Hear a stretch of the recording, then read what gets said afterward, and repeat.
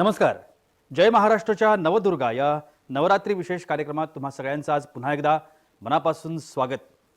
कलाक्षेत्रातल्या नवदुर्गांशी या कार्यक्रमाच्या माध्यमातून आपण गप्पा मारण्याचा प्रयत्न करतोय, त्यांचा जीवन प्रवास आपण जाणून घेण्याचा प्रयत्न करतोय. आज माझ्यासोबत आहेत ज्येष्ठ अभिनेत्री मृणाल कुलकर्णी. खरं तर त्यांची वेगळी ओळख करून देण्याची काहीच आवश्यकता नाही, कारण गेल्या अनेक दशकांपासून मृणालताई पडद्यावरती काम करतायत. मग तो छोटा पडदा असेल, मोठा पडदा असेल. सोनपरी ही त्यांची जी ओळख आहे ती आजही लहान मुलांच्याच नव्हे तर अगदी रसिक प्रेक्षकांच्या मनावर अधिराज्य करणारी अशी ओळख आहे.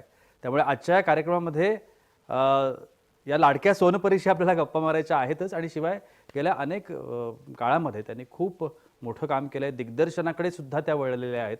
त्याच्यामुळे हा सगळा जो त्यांचा प्रवास आहे तो आजच्या कार्यक्रमात मी उलगडण्याचा प्रयत्न करतोय. आपण स्वागत करूया अभिनेत्री मृणाल कुलकर्णी. नमस्कार. कार्यक्रमात मनापासून नमस्कार.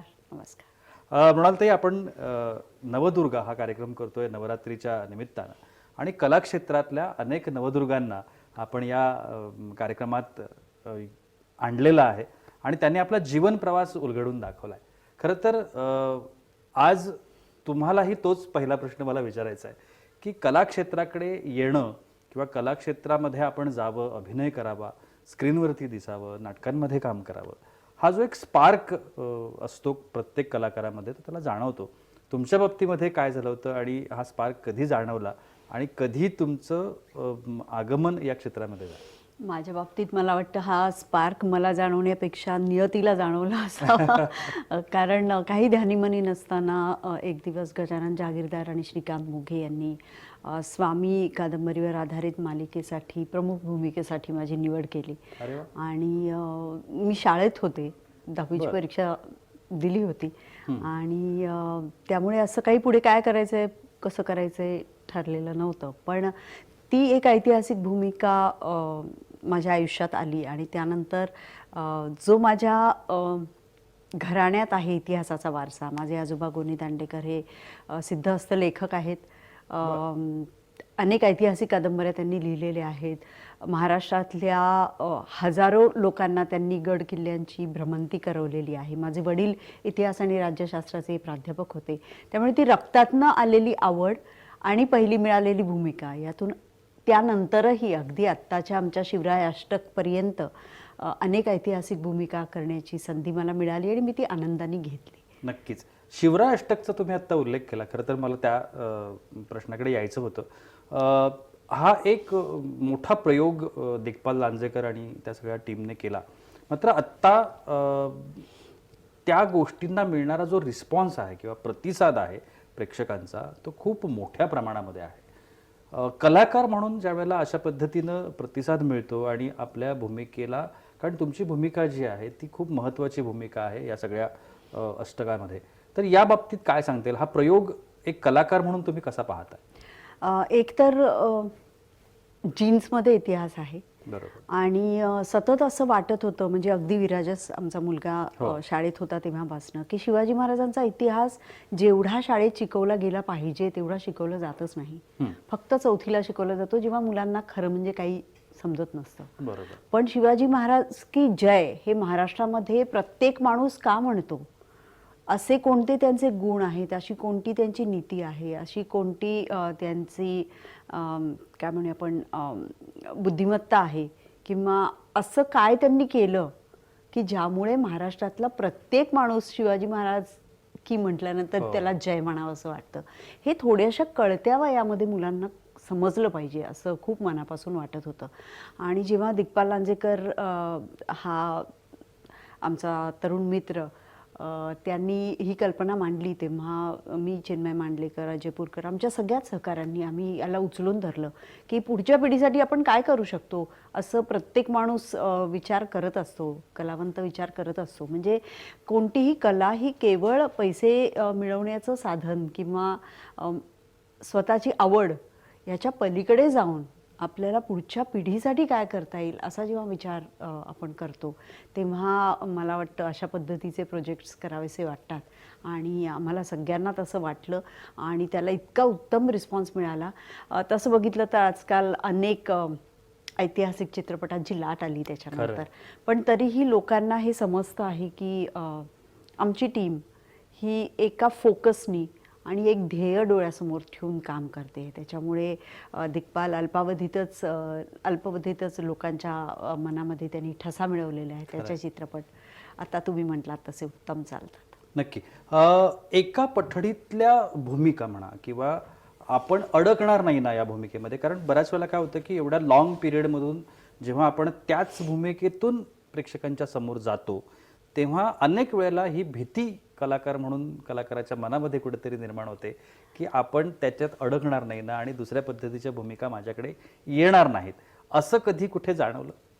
असं बिलकुल जाणवलं नाही. माझी पहिली भूमिका ऐतिहासिक भूमिका होती. त्यानंतरही मी अहिल्याबाई होळकरांची भूमिका केली, रमाबाई आंबेडकरांची भूमिका केली, द्रौपदी केली, मीरा केली आणि त्याचबरोबर मी सोनपरी केली, अवंतिका केली, गुंतता हृदय केली. त्यामुळे वैविध्य भूमिका, मी अनेक हिंदी मालिका केल्या की ज्याच्यात मी सोशल भूमिका होत्या माझ्या. अनेक चित्रपट केले जे सोशल होते सगळे. त्यामुळे मला असं कधीच भीती वाटली नाही. आणि शेवटी काय ना, त्या भूमिकेने आपल्याला ओळखलं गेलं तर किती छान होईल असं वाटण्यासारखी जिजाबाई साहेबांची भूमिका आहे. म्हणजे मला आजन्म असं ओळखलं गेलं तरी मला त्याचं अजिबात वाईट वाटणार नाही. कारण ती एक अशी स्त्री होती, आपण आता नवरात्री विशेष कार्यक्रमामध्ये बोलतोय, ती एक अशी स्त्री होती की जिने स्वातंत्र्य आणि स्वराज्याचं स्वप्न पाहिलं आणि आपल्या मुलावर तसे संस्कार केले आणि मुलाकडून आणि नातवाकडून हे स्वप्न पूर्ण करून घेतलं. त्यामुळे इतकी जबरदस्त, ती खरी दुर्गा आहे, ती खरी महिषासुरमर्दिनी आहे, ती खरी शक्ती आहे.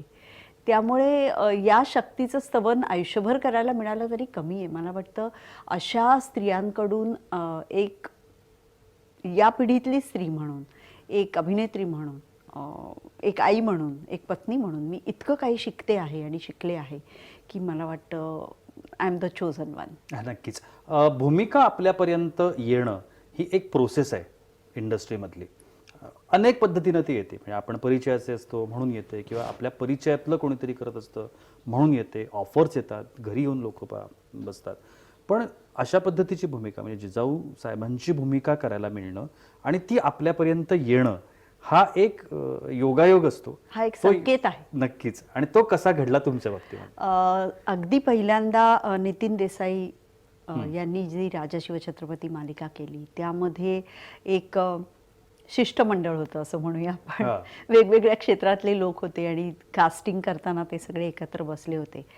पण कदाचित माझ्या आजोबांचा काय म्हणूया वारसा म्हणून असेल किंवा मी आत्तापर्यंत अनेक ऐतिहासिक भूमिका केलेल्या आहेत म्हणून असेल किंवा मी एक अभ्यासू अभिनेत्री आहे हे त्यांना जाणवलं असेल म्हणून असेल. पण त्या भूमिकेसाठी माझी निवड झाली. आणि आता खरं सांगायला हरकत नाही, मला तेव्हा असं वाटलं होतं की माझ्या मनातली जिजाबाई साहेबांची प्रतिमा ही थोडीशी जरा दणकट धष्टपुष्ट अशी, कारण आपण कोणीच त्यांना पाहिलेलं नाही, त्यांचं तसं वर्णन आज उपलब्ध नाही. पण तरीही माझी निवड या भूमिकेसाठी कशी काय केली बुवा असं मला सुद्धा आश्चर्य वाटलं होतं. पण हे मी आत्ता बोलते इतकी वर्ष झाल्यानंतर. पण मला असं लक्षात आलं की जर ती झालेली आहे निवड तर ती आंतरिक शक्तीसाठी झालेली निवड आहे.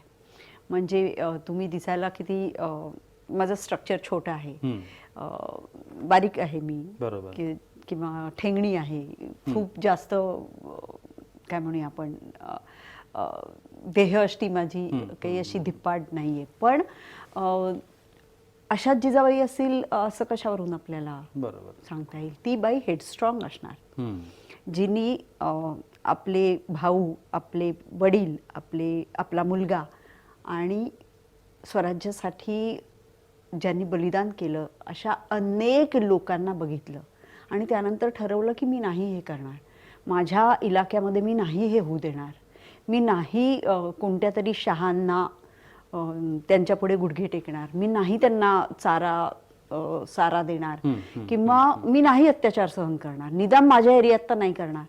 आणि मग समविचारी असे अनेक लोक एकत्र झाले. मला प्रशांत खूप गंमत वाटते की 350 वर्ष असा विचार कोणी केला नसेल. 350 वर्षानंतर एका स्त्रीला असं वाटलं की मी नाही करणार आणि बघू तरी या. आणि तिने आपल्या लेकाला हाताशी धरून आणि मग शिवाजी महाराजांचा पराक्रम म्हणून एक इतिहास घडला, ज्या इतिहासामुळे आज आपण जिवंत आहोत, खरं आहे. आज आपलं अस्तित्व आहे. त्यामुळे अशी स्त्री मला वाटतं हिची रोज पूजा झाली पाहिजे आणि नक्कीच. माझ्या हातून ती जशी जशी घडेल ते माझं भाग्य असं मी समजते. राजा छत्रपतीनंतर दिग्पालच्या शिवराया अष्टकमध्ये 8 वेळा जिजाऊबाईसाहेब साकारायची संधी मला मिळते आहे, ही पण खूप मोठी गोष्ट आहे. नक्कीच. आणि प्रेक्षकांनी मला त्या रूपामध्ये स्वीकारलं आहे. म्हणजे आत्तापर्यंत मी इतक्या वेगवेगळ्या भूमिका केल्या. अवंतिका म्हणून मी तरुण तडफदार, एक 5-1 वर्षाचा कालखंड लोकांच्या मनात मी अवंतिका अशी होते, किंवा गुंतता हृदय असेल, किंवा मी टॉक शोज केलेले आहेत, किंवा सोनपरी तुम्ही उल्लेख करते, फॅन्टसी आहे. पण तरीही जिजाऊबाई साहेब या भूमिकेने मला स्वतःला एक वेगळी ओळख दिली, स्वतःची आणि त्या ग्रेट व्यक्तिमत्वाचीही. नक्कीच. खूप छान. म्हणजे मी हा प्रश्न विचारण्याच्या पाठीमागे उद्देश हा होता की शिवराय अष्टक, आता त्यातल्या अनेक फिल्म्स ज्या आपल्या समोर आलेल्या आहेत आत्तापर्यंत, त्यांना तुफान प्रतिसाद लोकांनी दिला. थिएटर्समध्ये जाऊन लोकांनी हे चित्रपट पाहिले. पण या चित्रपटांच्या मध्ये काम करणारे जे कलाकार आहेत, त्याच्या पाठीमागची जी एक आपण स्टोरी म्हणतो, त्याच्या पाठीमागं दडलेली जी एक कथा असते, ती सुद्धा खूप इंटरेस्टिंग असते की हे कसं पोहोचतं, किंवा हे कसं होतं, किंवा कसं साकारलं जातं, आणि ते साकारणाऱ्या कलाकारांच्या पाठीमागे त्यांच्या काय भावना असतात, ह्या पण खूप महत्त्वाची गोष्ट असते. ताई, तुम्ही आत्ता अभिनयाकडे वळलेला आहात. आता अभिनयासोबत तुम्ही दिग्दर्शनाकडे सुद्धा वळलेले आहात आणि ऑलरेडी 4 चित्रपट येऊन गेलेले आहेत, 5वा चित्रपट येतोय. अभिनयाकडून दिग्दर्शनाकडे वळलेले कलाकार तसे कमी आहेत आणि त्यातही स्त्री कलाकार कमी आहेत. तर हा मार्ग सुद्धा निवडावा किंवा दिग्दर्शनही करावं असं कोणत्या वेळेला वाटलं आणि त्याच्या पाठीमागे उद्दिष्ट काय होतं? मी ना एका काय म्हणूया लिहित्या वाचत्या घरात जन्मलेली मुलगी आहे. आणि इतके वर्ष अभिनय करताना मला असं जाणवायचं की हे तर एका लेखकाला म्हणायचं आहे ते, किंवा एका दिग्दर्शकाला मांडायचं आहे ते, किंवा एका चॅनलला दाखवायचं आहे ते, किंवा एका चित्रपटात येतं आहे ते, हे आहे. जे मला सांगायचं आहे ते मी कधी पडद्यावर आणू शकेन असं सतत वाटायचं. मी लिहित तर होतेच पहिल्यापासून, वेगवेगळ्या मासिकांमध्ये लिहिलं, वर्तमानपत्रांमध्ये स्तंभ चालवले, आणि अनेक प्रश्न, अनेक विषय माझ्या सतत डोक्यात चालू असायचे. आणि मग त्यातलं आपल्याला कधी पडद्यावर काय आणता येईल असं मनामध्ये इच्छा होती. माझं पदार्पण झालं त्या मालिकेतून, स्वामी मालिकेच्या वेळेला गजानन जागीरदार हे माझे दिग्दर्शक होते, आणि त्यांनी मला पडद्याच्या मागे किंवा कॅमेराच्या मागे रस घ्यायला त्या वयातच शिकवलं. त्यामुळे मला वाटतं ती प्रोसेस कुठेतरी तेव्हापासूनच सुरू झाली होती. आणि मग लिखाणाची त्याला जोड मिळाल्यावर मी 2013 साली प्रेम म्हणजे प्रेम असा पहिला चित्रपट लिहिला, आणि तो जेव्हा वाचून दाखवला लोकांना तेव्हा त्यांना तो खूप आवडला. तो विषय आवडला, त्याची मांडणी आवडली, आणि मला वाटलं मी हे करू शकते. आणि त्या चित्रपटाला भरपूर यश मिळालं. मग त्याच्या पाठोपाठ दुसरा ऐतिहासिक चित्रपट मी केला, त्याचं नाव रमा माधव. आपण खरं तर या सगळ्या वेबसृष्टीचे आभार मानले पाहिजेत की हे सगळे चित्रपट आता आपल्याला बघायला मिळतात. पण ती माझ्यासाठी एक खूप मोठी उडी होती, ऐतिहासिक चित्रपट निर्माण करणं. रमा माधव झाल्यानंतर मला अनेकांनी सांगितलं की तू पहिली महिला दिग्दर्शक आहे ज्यांनी ऐतिहासिक चित्रपट निर्माण केला. मी तर असा काही विचार केला नव्हता, कारण तो विषय माझ्या हृदयाच्या इतका जवळ होता. मी पुण्याची आहे आणि पुण्याचा शनिवारवाडा आयुष्यभर पाहत आम्ही मोठे झालोय. त्यात स्वामी मालिकेमध्ये मी काम केलं होतं. त्यामुळे तो विषय खूप हृदयाच्या जवळचा होता. आणखी एक गोष्ट सतत मनात येत होती की आपल्याकडे इतिहास हा कथा कादंबऱ्यातून किंवा नाटकातून हा कायम पुरुषाच्या दृष्टिकोनातून सांगितला जातो. तर स्त्रीच्या दृष्टिकोनातून, तिच्या भावविश्वातून आपल्याला इतिहास उलगडून दाखवता येईल का, यासाठी मला माधवराव पेशवे आणि रमाबाई पेशवे यांची कहाणी अत्यंत योग्य वाटली. आणि म्हणून मी रमाबाई पेशव्यांच्या दृष्टिकोनातून त्यांची प्रेमकहाणी मांडण्याचा प्रयत्न रमा माधवमध्ये केला. त्याच्या पुढचा चित्रपट मी इंग्लंडमध्ये जाऊन दिग्दर्शित केला, जो विराजसनी आमच्या मुलांनी लिहिला होता. ती आणि ती ही एक आधुनिक प्रेम कहाणी आहे. आणि सहेला रे हा आताच माझा नुकताच रिलीज झालेला चित्रपट, हा एक वेब चित्रपट आहे.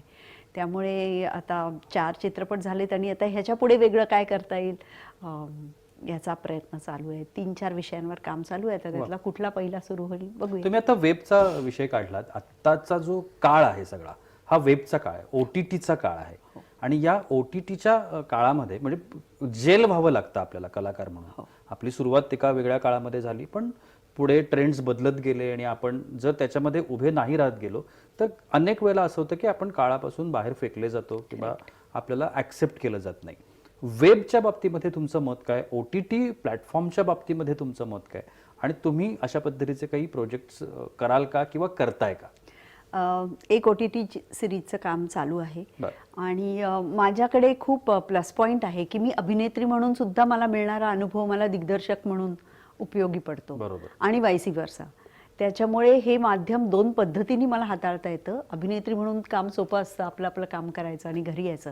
पण दिग्दर्शक म्हणून अनेक आव्हानं आपल्यासमोर उभी राहतात आणि वेबविश्वाचं मला वाटतं आपण स्वागत केलं पाहिजे, कारण अनेक पद्धतीचे विषय मांडण्याची संधी आपल्याला तिथे मिळाली. प्रेक्षकांची अभिरुची पण काय म्हणूया आपण समजून घेण्याची संधी आपल्याला मिळाली. आणि सहेलारे या माझ्या वेबचित्रपटाने तर हे सिद्ध केलं की तुम्हाला एका क्षणामध्ये जगभरातले प्रेक्षक तुमच्यापर्यंत पोहोचू शकतात. तुमचा जर विषय तुम्ही इंटरेस्टिंग असेल किंवा त्यांच्यापर्यंत पोहोचू शकला तर.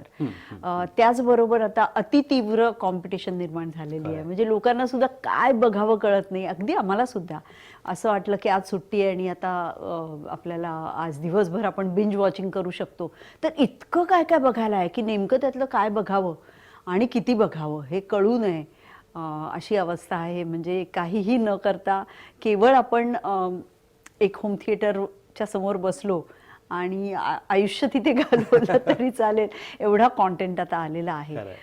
त्यामुळे अभिनेत्री म्हणून एकीकडे आनंद होतो की आपल्याला वेगळ्या पद्धतीच्या भूमिकांमध्ये कास्ट केलं जातं आहे तसं. आणि दिग्दर्शिका म्हणून सुद्धा वेगळे विषय हाताळता येतील. अर्थात त्यातले अजून मला वाटतं हा संक्रमणाचा काळ आहे. त्यामुळे चित्रपट, वेब कॉन्टेंट, नाटक आणि दूरचित्रवाणी या चारीचं एक वेगळी घुसळण आता चालू आहे. त्यातून पुढे कोण कसं किती टिकतंय हे खूप बघणं मनोरंजक होणार आहे.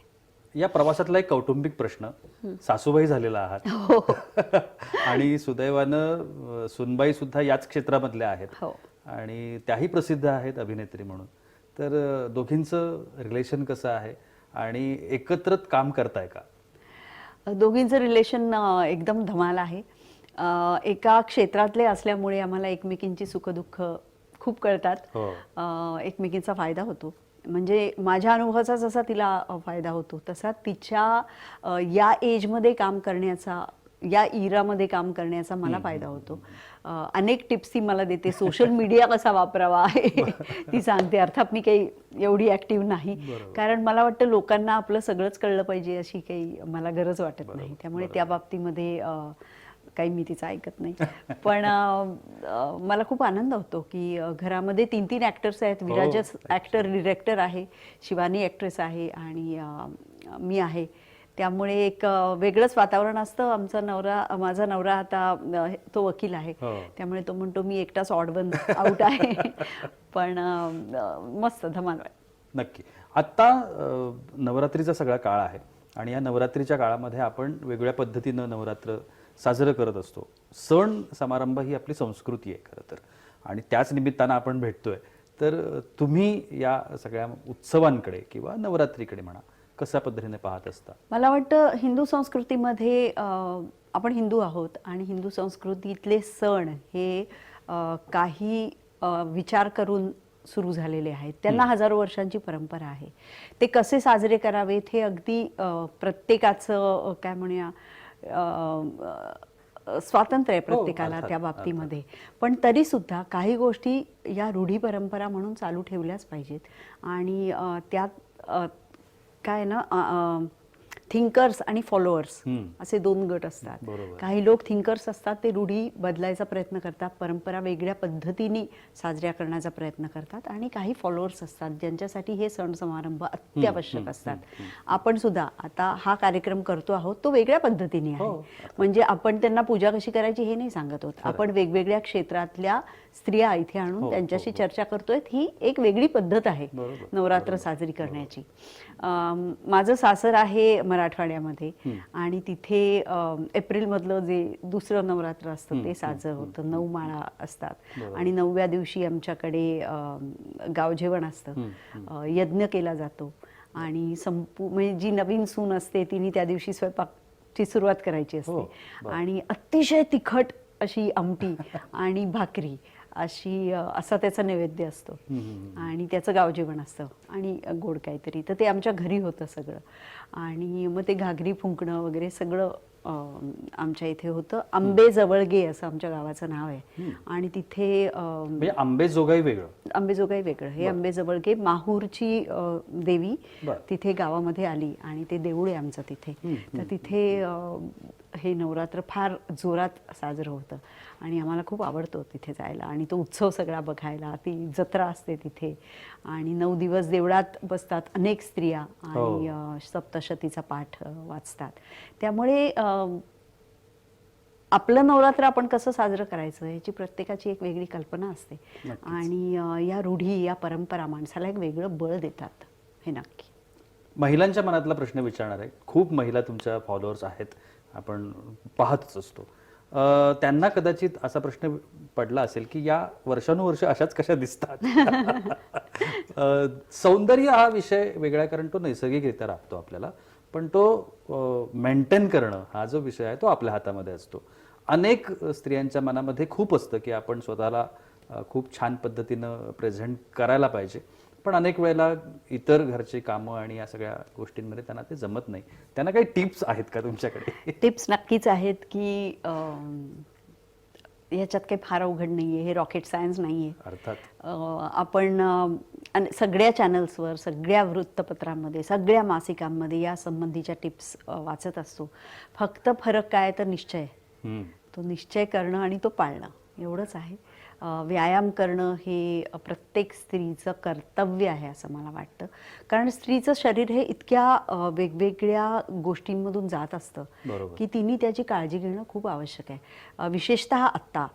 कारण पोल्युशन आहे, आपण म्हणतो, स्त्री करिअर करायला लागलेली आहे, ती कामानिमित्त बाहेर असते, ती घर सांभाळते, ती एकाच वेळेला नवरात्र पण करते आणि एकाच वेळेला ओव्हरटाईम पण करते. त्यामुळे तिच्या शरीरावर जे काही परिणाम होतात, आघात होतात, त्यांना झेलण्याची ताकद ही फक्त आणि फक्त व्यायामामधून मिळते. त्यामुळे रोज 40 मिनिटं व्यायाम नक्की करा. मी करते, तुम्ही पण करा, आणि आवडेल ते सगळं खा, पण 40 मिनिटं व्यायाम केलं तर ते सगळं तुम्ही जिरवू शकता, हे नक्की आहे. खूप छान अशा गप्पा आजच्या कार्यक्रमाच्या निमित्तानं, आणि ताईंचा प्रवास सुद्धा आपण जाणून घेतला.